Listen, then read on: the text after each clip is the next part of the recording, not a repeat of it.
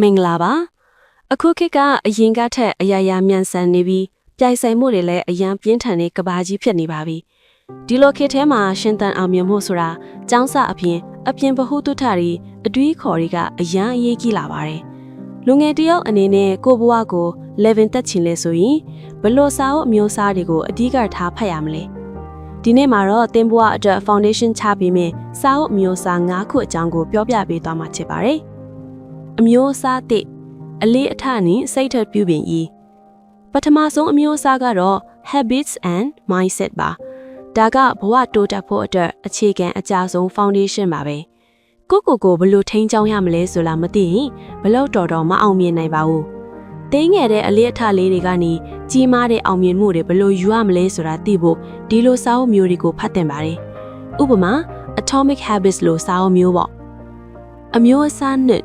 ငွေကြေးဆိုင်ရာအသိပညာဒုတိယကတော့ financial literacy ငွေကြေးအသိပညာပါဝမ်းနည်းစရာကောင်းတာကအကြောင်းတွေမှာကျွန်တော်တို့ကိုငွေကြေးစီမံခန့်ခွဲမှုအကြောင်းသေချာသိမသိခဲ့ပါဘူးငွေကိုဘယ်လိုရှာမလဲဘယ်လိုစုမလဲနဲ့ဘယ်လိုယဉ်နှီးမြှုပ်နှံမလဲဆိုတာသိထားမှလားနောက်တစ်ချိန်မှာငွေကြေးလွတ်လပ်တဲ့ဘဝကိုပိုင်ဆိုင်နိုင်မှာပါ Rich Dad Poor Dad တို့လူစာအုပ်မျိုးတွေကသင်ရဲ့ငွေကြေးအမြင်ကိုစောစီးပွင့်သွားစေပါလိမ့်မယ်အမျိုးအစားသုံးအာယုံစူးစိုက်မှုနဲ့စွမ်းဆောင်ရည်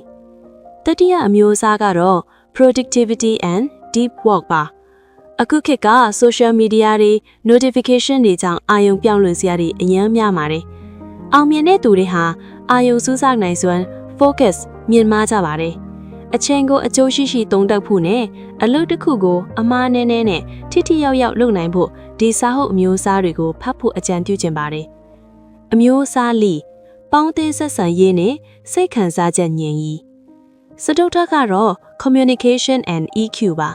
ဘဝမှာအောင်မြင်ဖို့ဆိုတာတယောက်တည်းလုပ်လို့မရပါဘူးသူတစ်ပါးနဲ့ဘယ်လိုနားလည်မှုယူရမလဲဘယ်လိုဆက်ဆံရမလဲဆိုတာကအရန်အရေးကြီးပါတယ်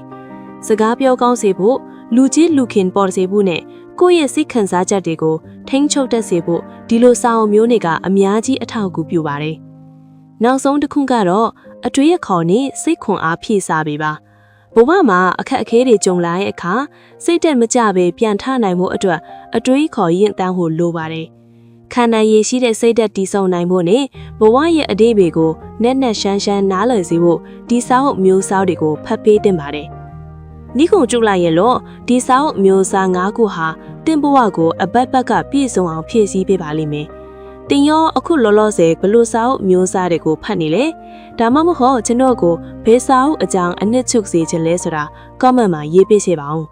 ဒီဗီဒီယိုလေးကတင့်အတွက်အကျိုးရှိတယ်ဆိုရင် like နဲ့ subscribe လုပ်ထားဖို့မမေ့ပါနဲ့အောင်ခင်ဗျာအားလုံးလည်းဗဟုသုတတွေနဲ့ပြည့်စုံတဲ့နေ့ရက်တွေကိုပိုင်ဆိုင်နိုင်ကြပါစေကျေးဇူးတင်ပါတယ်